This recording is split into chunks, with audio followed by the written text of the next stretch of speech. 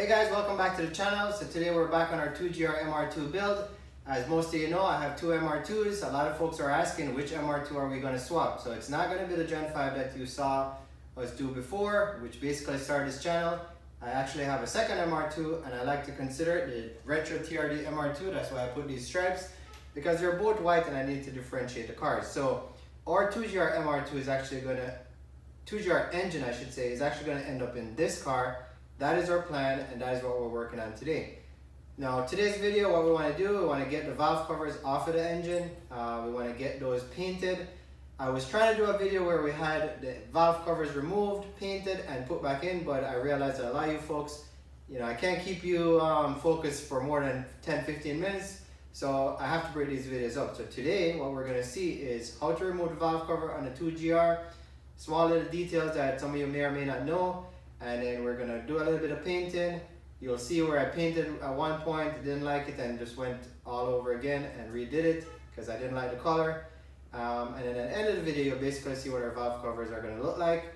Next week, we'll do a video where we do the full install. But for now, let's jump right into it. Let's get these valve covers off. Yeah, since we're talking a little bit about the Retro TRD MR2, I'll show you what engine is currently in the car. So what we have is a 5S. This is a naturally aspirated MR2. Fairly clean chassis. If you're not familiar with it, I basically got this car from Pennsylvania, from nice folks up there. This car was parked since 2007 and I kind of brought it back to life. We have a lot of videos on that in case you're interested to go back and watch. But it runs and drives, actually runs pretty good for any engine. It's fairly quick, to be honest with you. But we want to do something a little bit more exotic, so that's why we're doing the 2GR. So this will end up coming out, but this is what we're working with. So the 5S will go, and now we're going to head over to the 2GR and start working on those valve covers. So I figured I'd show you guys how to get this valve cover off and where the bolts go. It's also going to help me when I reinstall. Not too difficult. There's a 12. There's a long 12 that goes right here, a short 12 on this side. And then there are 8 10mm bolts that go around the perimeter. So basically you got to take 10 bolts out and that should free, for the most part, this valve cover. Now there are a couple other bolts. There's one in the center here. It's a 10, a long 10. Pull that already.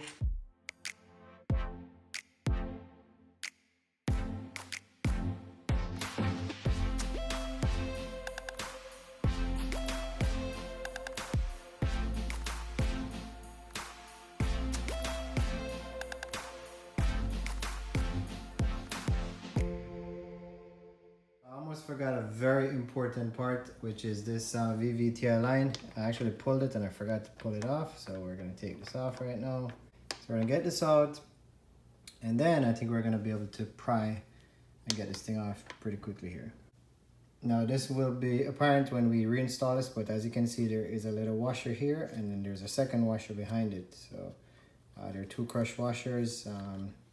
I want to say the kit I bought has that already, so there you go, and there's a little filter on the end, so we want to make sure this goes back on. So there you go, and let's see, there should be a little washer right here. Hopefully you guys can see that little washer right there. It's kind of, there you go, see.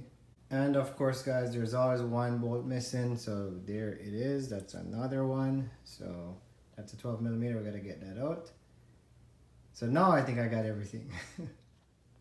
So since I always get real technical with these videos, here you go. If you pry, you'll see there's like a little pin under here that just slides in and locks this valve cover in place. There's another one over here. So wherever you see these little holes, the small holes, there's probably a pin right there. So those are your main pry points. So technically if you pry from here and you pry from here, then you should be able to get this valve cover pretty easy. But I'm going to lift it off now. It is loose, so we just need to lift it up. Now we're going to take a look inside. And wow, there you have it. All I got to say is that is one clean engine. Wow, look at that thing. Super clean. Look at the inside of the valve cover. So I think this is a score in terms of what this engine is. We'll change these seals. 1, 2, We'll also change the inner seals for the spark plug tubes here. There's another little O-ring right there. We'll change that. And of course, that's the old valve cover. But the main reason why we pulled this off, I think it was leaking a little bit right here. But we want to paint these valve covers. But man, am I happy. Look at this. Look at how clean this engine is. Got her nice and covered up. So now we're going to work on getting this valve cover painted. So there it is. This is the before. I'm going to go ahead and take off these brackets. We'll get these painted as well. I'm not sure what color yet, but we'll take these off. These, and then we're gonna go sand this thing down, get it prepped for paint. I'm gonna throw some color on it. I was gonna go black, but I'm trying a different color. So we'll see if I like it. If I don't, I guess I can always strip it and go back to the regular black valve covers, because I think those look pretty awesome on these cars.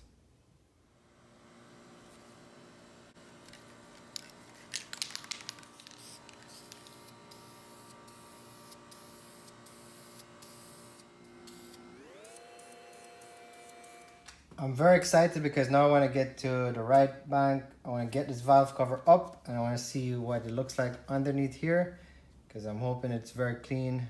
So what we're going to do is start off with these 10mm bolts. So we have 10mm bolts going all the way around.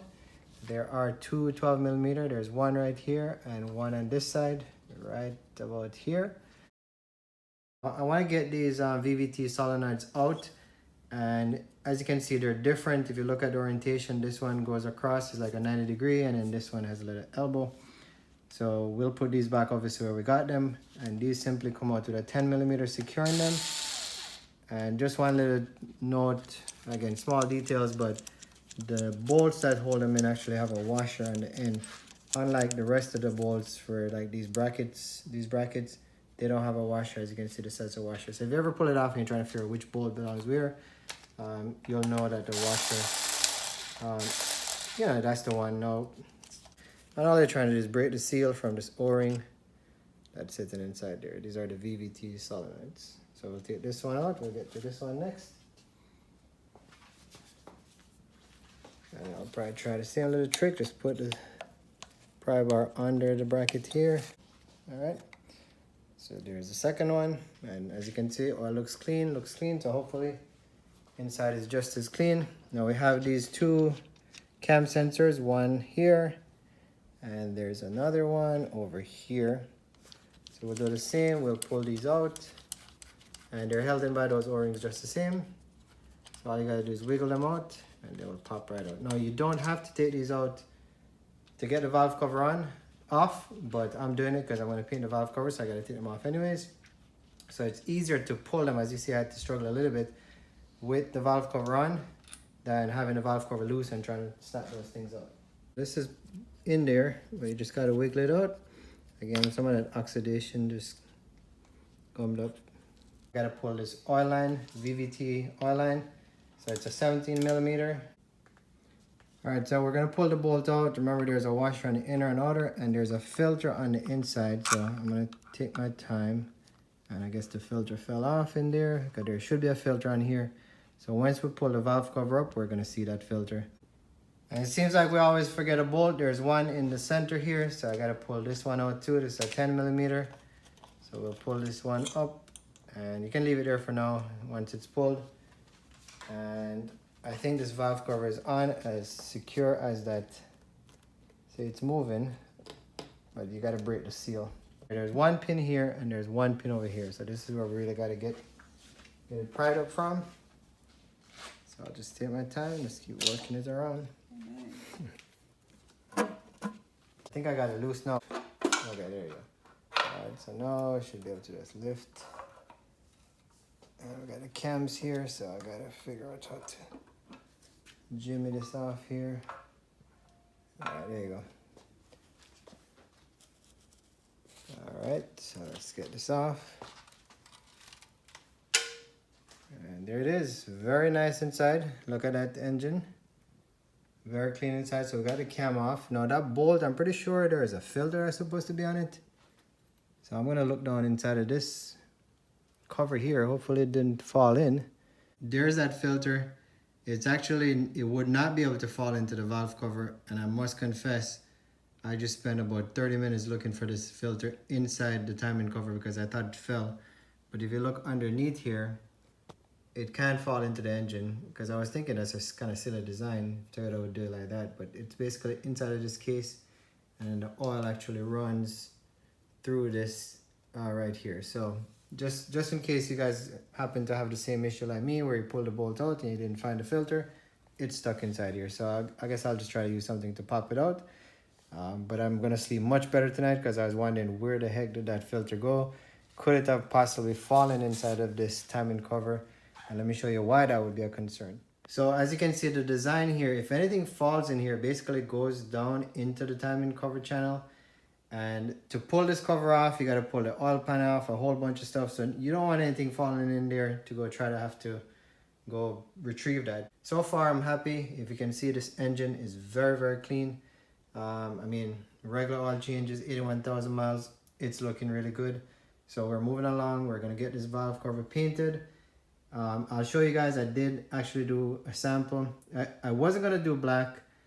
And I did this cast coat iron. And I threw it on there and I didn't like it. So I had to take the paint off. And I'm going with black.